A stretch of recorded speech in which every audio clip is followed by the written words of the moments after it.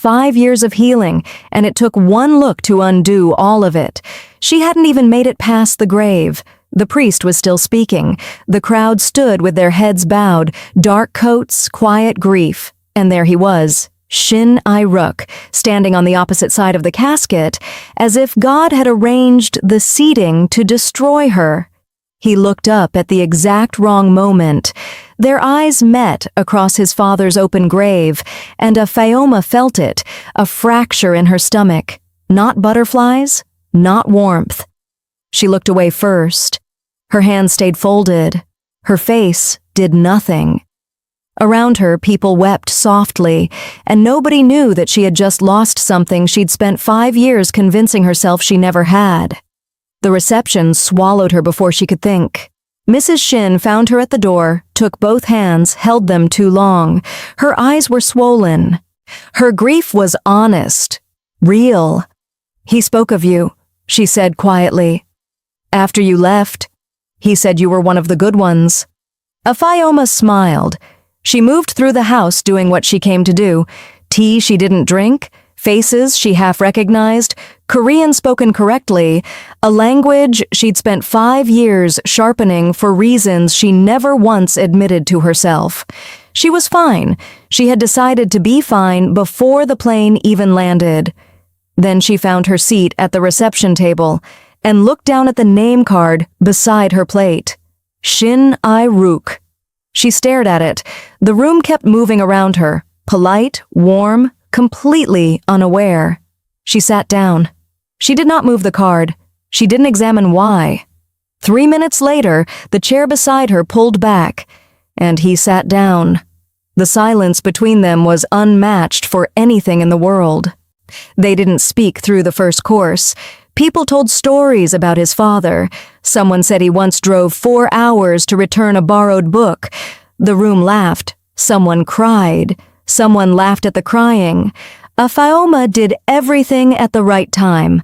She was performing composure so well she almost believed it herself, until his voice came low and quiet beside her in English, which meant it was only for her. "You learned more Korean," he said. "I had time," she responded. "How long are you staying?" he asked. 3 days. Silence stretched. "I'm glad you came." He would have, "I came for your father." She cut him off. He was quiet for a moment. "I'm glad." Just that.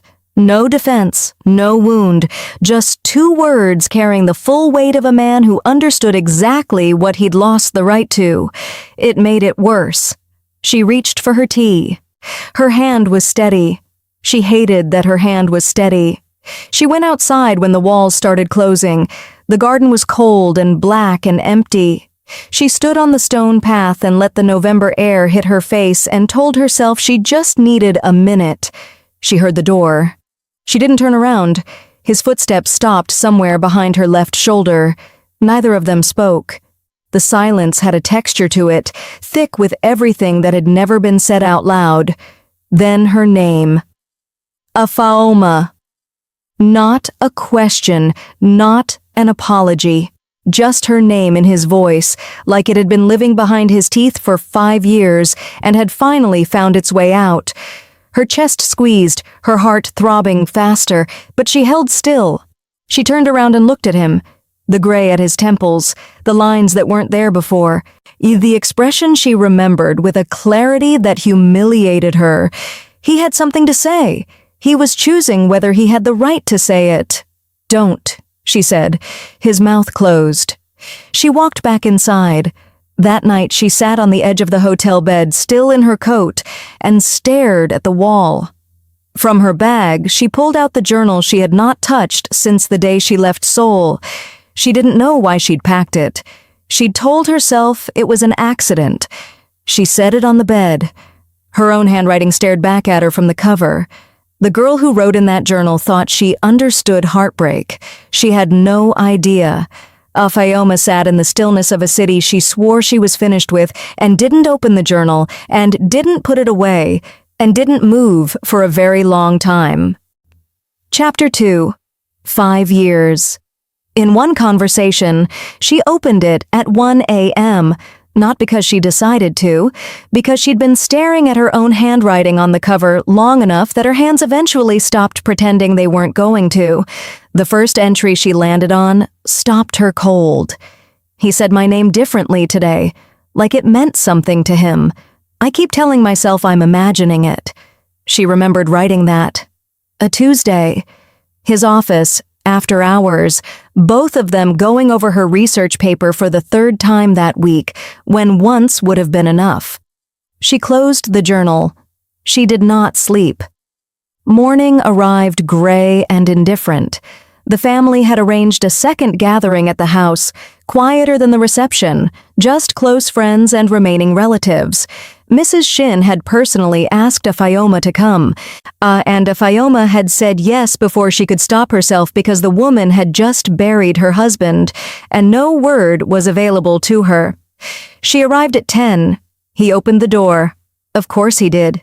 Iruk stood in the doorway in a simple black sweater, no coat, like he'd answered without thinking. His eyes swept to her face involuntarily, and his throat tightened before his expression settled back into neutral. "You came," he said. "I told your mother I would." He stepped aside. She walked in without touching him, without glancing back, without doing any of the things her body was quietly suggesting.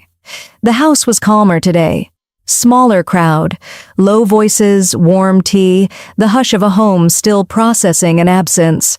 Afayoma sat with Mrs. Shin for an hour, listening to stories about Mr. Shin's early years, how he'd built the family business from one small office, how he'd proposed 3 times before Mrs. Shin said yes, how he used to sing badly and completely without shame. She laughed genuinely at that one. Across the room, she felt Iruk's gaze graze the side of her face. She didn't turn. She laughed again at something Mrs. Shin said and kept her eyes exactly where they were. She found the study by accident. Looking for the bathroom, she took a wrong turn down a quiet hallway and pushed open a door into a room lined floor to ceiling with books and framed photographs. She should have backed out immediately. Instead, her eyes moved slowly across the wall of frames. Mr. Shin at various ages, various rooms, various chapters of a life fully lived. Him young, in a university gown. What him middle-aged at what looked like a board meeting. Him old, laughing at something off camera, his whole face open with it. Then one frame stopped her entirely. Mr. Shin in a formal group photograph. 12, maybe 15 men in suits, standing in front of a building she recognized with a coldness that started in her stomach and moved upward. Seoul National University, Faculty of Social Sciences, her faculty. She stepped closer, peered at the faces. Mr. Shin was second from the left, younger than she'd known him, serious-faced. The other men she didn't recognize, but the building, the plaque, the year printed in small text at the bottom of the frame. The same year her scholarship was reviewed. She stood there, her pulse irregular, and told herself it was a coincidence. Mr. Shin had connections everywhere. He was that man. The one who collected relationships the way others collected furniture. It meant nothing. She took a photo anyway. "You're not supposed to be in here." She spun around. Iruk stood in the doorway, just stating fact. Shoulder against the frame, arms loosely crossed. "I got lost," she said. His gaze moved to the wall of photographs, then back to her face. "Which one were you staring at?" A beat too long before she answered. "Your father looks happy, in the one on the end." He entered the room slowly, crossed to where she stood and peered at the photograph she'd pointed to. The safe one, the one with the open laugh. Not the one that had stopped her. He was quiet for a moment. "He was. That was my sister's wedding." A pause. "He danced so badly that night." "Oh, we still talk about it." Something in his voice frayed at the edge of that last sentence. Fresh grief wearing a smile. Afayoma watched the tight line of his jaw, the way he swallowed once. "He was proud of you," she said. She hadn't planned to. It came from somewhere honest. His jaw moved. He didn't respond immediately. When he did, his voice was lower than before. He was complicated. She almost asked what that meant. She stopped herself. This was not her grief to enter. She was here for 3 days, and then she was going home, and whatever complicated meant she did not need to carry it. I should go back out, she said. She moved toward the door. Fayoma. She stopped. Didn't turn. I'm not going to pretend yesterday didn't happen. His voice was steady. I'm not going to act like you're just someone my father knew. The hallway waited in front of her. I'm not asking you to, she said. I'm asking you to let me get through the next 2 days without making it harder than it already is. Okay. He sighed. Without saying another word, she walked out. That evening, her phone rang.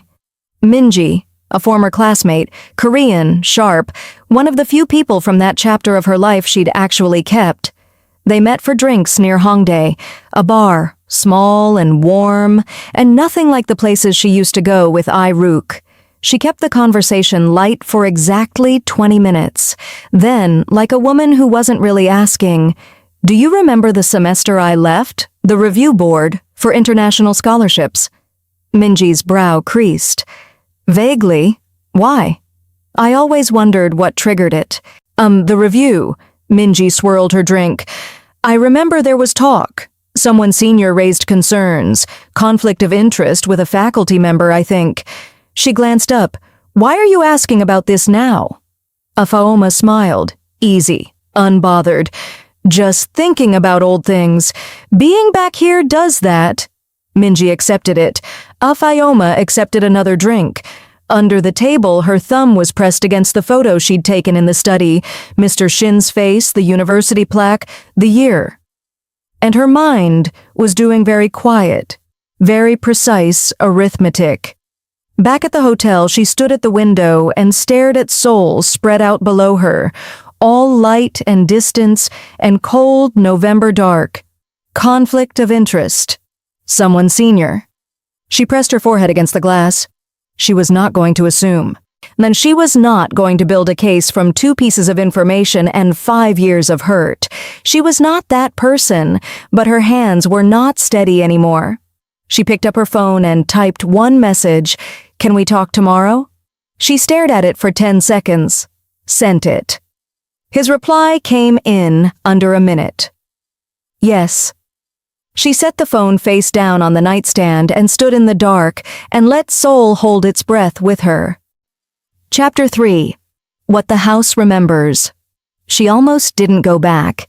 Standing in front of the hotel mirror that morning, coat on, bag over her shoulder, she gave herself a full minute to consider getting on an earlier flight and letting the next 2 days belong to someone braver. Then she thought about Mrs. Shin's hands around hers. She went back. The house was quieter today. The formal grief of yesterday had thinned into something more private. Fewer people, lower voices, a stillness that settles into a home after it has absorbed the worst of it. Shoes at the door, tea that nobody finished, conversations that started and didn't need to end anywhere. Afayoma stayed close to the edges. She was good at that. Moving through spaces without disturbing them, listening without appearing to. It was a skill she'd developed in Seoul the first time, being the only one in every room who looked like her, learning early that visibility was something you managed carefully. She accepted tea. She spoke when spoken to. She kept Rook in her peripheral vision, without once letting him know she was doing it. He was doing the same thing. She could feel it, that awareness of being watched by someone who knew her well enough to be subtle about it. Every time she glanced toward the window or bent to set her cup down, she could feel his attention move. She said nothing. Neither did he. They were very good at this, apparently, even after 5 years. She slipped into the garden when the living room filled up again. November had arrived fully overnight, the air sharp enough to bite, the trees stripped down to their bones. She stood on the stone path with her coat pulled close and let the cold clear her head. She heard the door behind her. Her shoulders didn't tighten. She had been half expecting it. His footsteps on the stone, then silence as he came to stand beside her, not behind her this time. Beside. close enough that she could see him in her peripheral vision without turning. The garden sat around them, patient and cold. "I used to come out here when things got loud in there," he said finally. "Quiet, not performing anything. Even as a child, my father would find me and say nothing. Just stand here until I was ready to go back in." Afaoma said nothing. "I haven't thought about that in years." A pause. "Funny what comes back." She turned her head slightly and found him already gazing at the bare trees ahead, jaw set, something open in his expression that she hadn't seen since she arrived. The neutrality was gone, just a man standing in his father's garden, missing his father. Against her better judgment, something in her chest moved toward him. "He sounds like he understood you," she said. Iruk was quiet for a moment. "Parts of me." Something in those 3 words landed heavier than he probably intended. She felt it and didn't reach for it. The cold pressed between them. "Afaoma." He turned to face her fully, and she made herself hold his gaze. Up close, his eyes were tired, not the tired of one bad night, but the accumulated tired of a man who had been carrying something for a long time. "I know you said don't. I know you told me to let you get through these days. I'm trying to respect that." "But," she said, "but you're standing in my father's garden, and I haven't stopped thinking about you since the grave yesterday, and I don't know how to pretend that isn't true." The words landed flat and honest with no decoration around them. Her heart did something she immediately overruled. "I'm not asking for anything." His voice was firm, clear. "I just needed to say it out loud once, that's all." The garden held its breath. She stared at him, at the gray threading his temples, the lines that hadn't been there before, the face she had spent 5 years training herself to forget, and apparently wasted every hour of that work, and felt the wall she'd arrived with develop a crack so thin she almost missed it. Almost. "You don't get to do that," she said.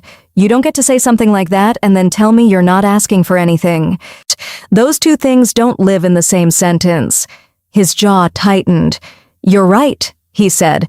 "Then why?" "Because I've been silent for 5 years." The words came out rougher than the rest, raw at the base. "And you're here for 3 days and then you're gone, and I couldn't stand in this garden and say nothing. I couldn't." The silence after that had weight. Afaoma pressed her lips together, looked away, looked back. "I need to go back inside," she said. He didn't reach for her, didn't protest. She turned and walked back toward the house, and her feet felt unsteady on the stone path in a way that had nothing to do with the cold. She left early, made her excuses to Mrs. Shin, a headache which was half true, accepted the woman's hands around hers one more time, and promised she would come tomorrow. Outside, she flagged a cab and pulled out her phone. Minji picked up on the second ring. "Are you free tonight?" The bar near Hongdae was warm and small and nothing like the places she used to go with Iruk. She was grateful for that. She kept the conversation light for 15 minutes. Asked about Minji's job, her apartment, the boyfriend she'd mentioned last year. Then carefully, "The way you open something you're not sure is safe," she said, "Do you remember the semester I left? The scholarship review?" Minji's expression shifted. Vaguely. "Why?" "I was just thinking about it, being back here." She kept her voice easy, curious, nothing more. "I never really understood what triggered it." Minji turned her glass slowly. "There was talk. I remember that much. Something about a conflict of interest. A faculty member involved with a student." She glanced up. "People assumed it was you, they meant, but nobody said it directly." Afayoma's grip tightened around her glass. "Did anyone say who raised the concern?" she asked. "Which department it came from?" Minji shook her head. "It came from above the faculty level. That's all anyone knew. Someone with enough weight to make the committee move fast." She paused. Why are you asking about this now, Afaoma? It was 5 years ago. She smiled. Just old things. Being back does that. Minji accepted it. Afaoma accepted another drink and did not touch it. Above the faculty level. Someone with enough weight to make the committee move fast. She thought about the photograph on the study wall, Mr. Shin's face, the plaque, the year, the serious expression of a man who had already decided something and was simply waiting for it to be done. She thought about 11 words on a screen. She thought about Irook in the garden. I've been silent for 5 years, and the exhaustion in his face that she now understood was not just grief for his father. It was older than that. She set money on the table, said goodnight to Minji, and walked out into the cold. Back at the hotel, she didn't sit down. She stood at the window with Seoul below her. All that light, all that distance. And let herself think the thought she'd been circling since yesterday. His father had gone to the university. His father had used his connections to put a review over her head. Not to destroy her, just to make her destroyable. Just to give his son something to be afraid of. And Irook, who loved her, so she had never actually doubted that, had chosen to believe the threat was real, had chosen 11 words over a conversation, had chosen to protect her in the worst possible way, and then lived with it for 5 years and called it complicated when he talked about his father. Her reflection stared back at her from the dark glass. She wasn't going to cry. She was going to sleep. She was going to wake up tomorrow, sit across from him at the Han River, and ask him one question. Not a speech. Not an accusation. One question. And she was going to watch his face give her the answer before his mouth did. Because in 5 years, that hadn't changed either. She picked up her phone. The message thread was still open. His yes sitting there, clean and immediate. She typed, Han River, 10 o'clock. Sent it before she could think too hard. His reply came fast. I'll be there. She set the phone down, pulled off her coat, got into bed, stared at the ceiling of a hotel room in a city she swore she was done with, and listened to her own heartbeat until it steadied. It took a while. Chapter 4. Everything except the truth. He was already there when she arrived, standing at the river's edge, hands in his coat pockets, watching the water move. He didn't hear her approach or pretended not to, and for a moment she watched him from a distance. The set of his shoulders, the stillness of a man who had been standing there long enough to go quiet inside. She had loved him so completely once. That was the thing she hadn't let herself say out loud in 5 years. Not to her friends, not to her journal, not even to herself in the 3 a.m. hours when honesty was hardest to outrun. She had called it many things: attachment, confusion, a lesson learned. She had never once called it what it actually was. She walked toward him. He turned when he heard her footsteps on the path. His eyes found her face immediately, searching, and whatever he found there made something in his expression tighten almost imperceptibly. They sat on the bench closest to the water. Irook spoke first. I owe you more than an apology. His voice was low. The voice of a man who had rehearsed this and knew rehearsing it hadn't helped. I've known it for 5 years. Afaoma said nothing. She watched the water. The way I ended it? He exhaled. 11 words. You deserved a conversation. You deserved an explanation, and I gave you 11 words, and I have carried that every single day since. Why? She asked. He turned to her. Why 11 words? She clarified, still watching the river, still calm. You weren't a coward. You were never a coward. So why 11 words, Irook? He was mute for a while. I thought clean was kinder. Clean. She repeated the word without inflection. I thought the longer I drew it out, the harder it would be for you to what? Move on? She adjusted to face him, and her voice was still level, still measured, still giving him nothing to read. I spent 8 months believing I had done something wrong. 8 months going back over every conversation, every moment, trying to find the thing I missed, the thing that made me not enough. His jaw worked. Afaoma, I'm not finished, she said. I rebuilt myself from that. I made peace with it. I told myself that some people leave and that's allowed, and I was going to be fine. A pause. And I was fine. I was genuinely fine. He took in a deep breath. I could see it. From a distance I could. He caught himself. Her eyes moved to his face. From a distance, she repeated slowly. He said nothing. Did you think about me? She asked. So, after? Every day. No hesitation. Just the truth dropped flat.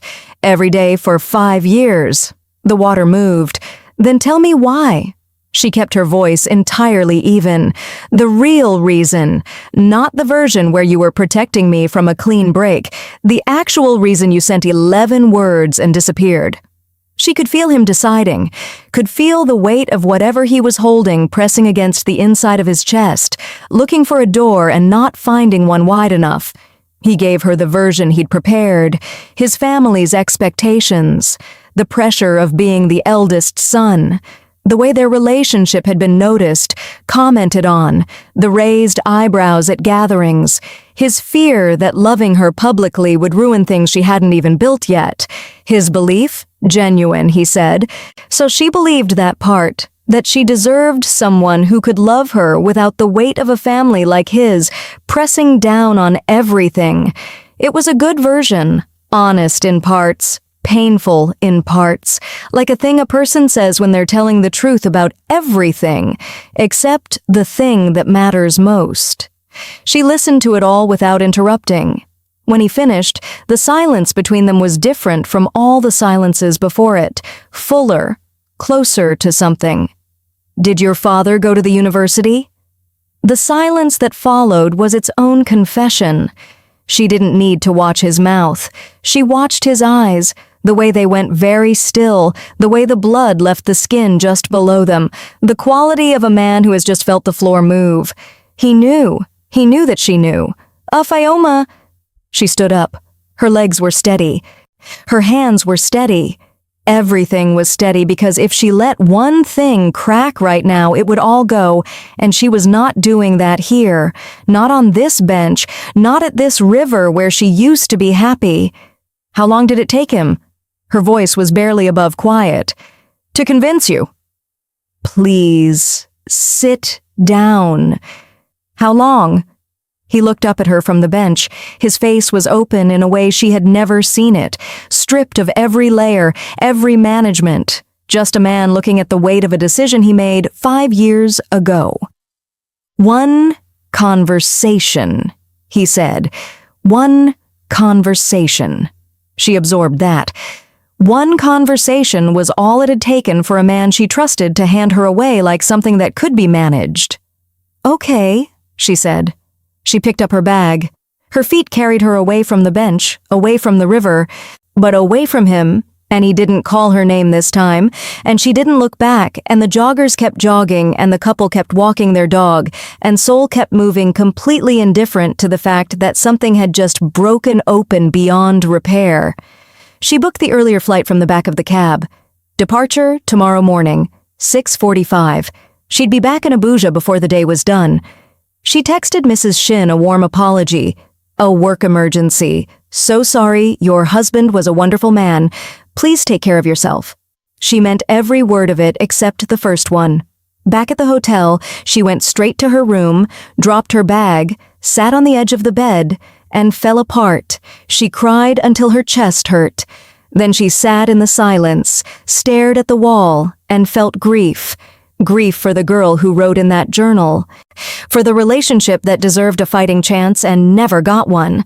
For Rook, even though it was hard to admit, because she believed him when he said one conversation. She believed that he had been afraid, that his father had known exactly which fears to press, and that he had made a terrible choice and then spent 5 years quietly destroyed by it. She believed all of that, and it didn't fix anything. She pulled out her phone, called her best friend back home. When Chimaka picked up, Afaoma said nothing for a full 3 seconds. Then, he let his father do it. Chimaka said no words for exactly 1 beat. Then, tell me everything. She talked for 40 minutes. All of it. The grave, the name card, the photograph in the study, Minji's offhand sentence, the river, his face when she asked the question. And Chimaka listened the way only someone who has known you for 15 years can listen, without interrupting, without rushing toward solutions, without telling you how to feel. When Afaoma finished, Chimaka said, "What do you need right now?" "I don't know," Afaoma said honestly. "I genuinely don't know." "Okay, I'm here." She stayed on the phone until she felt human again. Then she said goodnight, hung up, and started packing. She was folding her second dress when the room phone rang. The front desk. "Miss Afaoma, there is a gentleman in the lobby, a Mr. Shin Rook. He says he would like to speak with you. Shall I send him up?" Her hands went still over the suitcase. "No," she said. "Shall I ask him to leave?" "Just leave it." She set the phone down, stood in the middle of the room. He was downstairs. He had come here instead of calling, instead of texting, instead of doing anything that gave her the option of a screen between them. He had physically come here and was sitting in a lobby that wasn't his and waiting without any guarantee she would come down. She sat down on the floor, back against the foot of the bed, knees drawn up, palms flat against the carpet. The room was very quiet. Somewhere below her, he was still there. She couldn't explain how she knew. She just did. The same way she'd always been able to feel the weight of his presence in a room. 5 years, and that hadn't left her either. She pressed the back of her head against the mattress and closed her eyes. She was so tired. Not the tired that sleep fixes. The tiredness that came from holding yourself together so long that the effort itself became exhausting. From being composed at the grave and composed at the reception and composed at the river right up until the moment she wasn't. The suitcase sat open on the bed above her. The flight left at 6:45. She sat on the floor of a hotel room in Seoul and didn't move and didn't cry and didn't go downstairs and felt him waiting anyway. Chapter 5. The funeral brought her back. Incheon Airport was loud and indifferent. Afaoma moved through it with her suitcase and her boarding pass, and the focus of a woman who had decided something and was not going to undecide it. Check-in done. Security done. Gate B7. Boarding in 20 minutes. She bought coffee she didn't want and sat facing the runway. Outside the glass, planes came and went with no opinion about any of it. She was fine. She was going home. Seoul was a chapter and chapters ended, and that was the natural order of things, and she was absolutely Afaoma. She didn't startle. Somewhere in her body she had been expecting it. She turned. Rook stood 3 feet away in yesterday's coat. No luggage. No ticket. Just a man who had driven to an airport at 6 in the morning with no guarantee she would give him 60 seconds. He looked like he hadn't slept. She looked like she had. She'd made sure of that. "You have 10 minutes, she said. "After that, I'm walking through that gate." He nodded, sat down across from her without being invited, and then he told her the truth. Not the river version, not the one with the soft edges, the actual thing. "My father came to me 3 days before I sent that message." His voice was quiet. "He told me the review board had been contacted, that your scholarship was under investigation for enrollment irregularities. He said if I ended it quietly, the review would disappear. If I didn't..." He paused. He said you'd lose everything. Your visa, your degree, your ability to work in academia. The gate behind her started boarding. She didn't move. I believed him, Iruk continued, because he was the man who made things happen, and I had never once seen him threaten something he wasn't prepared to follow through on. A breath. So, I made a choice. I told myself it was for you, that I was protecting you. But, she said, his eyes met hers directly. But I was also afraid. The words came out stripped bare, nothing behind them except the truth. Of what loving you openly was going to destroy me, my family, my position, my father's approval, which I had spent 40 years trying to keep. He didn't look away. He gave me a door, and I walked through it, and I told myself it was a sacrifice. It wasn't. It was cowardice wearing sacrifice's clothes. The gate announcement played overhead. Final boarding call for flight OZ-111 to Abuja. Neither of them moved. I'm not asking you to forgive me. His voice was steady, certain. I'm not asking you to stay. I just needed you to know the real shape of it, not the version that made you spend 5 years thinking you weren't enough. His jaw clenched. You were everything. That was the problem. You were everything, and I was a coward, and you deserve to know that those two things were never about you. The gate was empty now. Just her and him, and 60 seconds of silence that held 5 years inside it. Afayoma stood up. She picked up her bag. She walked toward the gate, and the attendant smiled, reaching for her boarding pass. The jetway door was open. Warm air came through it, and home was 7 hours away. And she was fine. She was absolutely... Her feet stopped dead. She stood in the doorway of the jetway and stared at the tunnel ahead of her. Behind her, she heard nothing. He wasn't calling her name. He wasn't asking. He had said what he came to say, and now he was letting her walk because that was the one thing he owed her. The choice. The actual choice. Hers and nobody else's. She thought about the girl in the journal. She thought about 8 months of wrong arithmetic, 5 years of a wound she'd been treating from the wrong end. She thought about what it meant to turn around. Not forgiveness, not a clean slate, not a love story with the broken parts removed. Just a choice. Her choice, made with her eyes open and her feet on the ground, and nobody else's hand on the door. She turned around. He was still there. Standing exactly where she'd left him, hands at his sides, watching her with an expression she had no name for. Something beyond hope, something that had stopped needing an answer and was simply waiting for whatever she decided. She walked back to him, stopped 2 feet away. I'm not forgiving you today, she said. I want you to understand that clearly. I understand. And I'm not staying for you. I'm staying because I have spent 5 years making decisions based on something that wasn't true, and I am done letting that story have the last word. His throat moved. Okay, he said. Don't say okay like it's enough.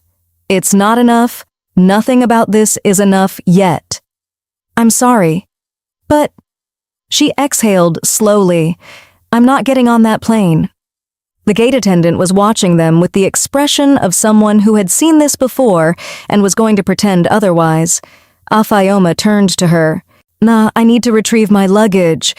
They left the terminal together, not holding hands, not speaking, her suitcase rolling between them, Seoul gray and cold outside the sliding doors, a city that had been waiting 5 years for this particular morning. She didn't know what happened next. She suspected he didn't either. A cab pulled up. They got in. Seoul moved past the windows, familiar and strange at the same time, just like places feel when you return to them changed. She stared straight ahead. He stared straight ahead. Then, without looking at her, "Are you hungry?" She almost laughed. "Yes," she said. He nodded. The cab moved through Seoul, and neither of them said anything else, and it was the most honest silence she had sat in for 5 years. The end. If you made it this far, then you already know, some stories don't end. They just finally begin. If a Fioma should forgive him, if she should run, or if 5 years was too long to come back from, you already have an opinion, and it's probably a strong one. Drop it below. The comment section belongs to you.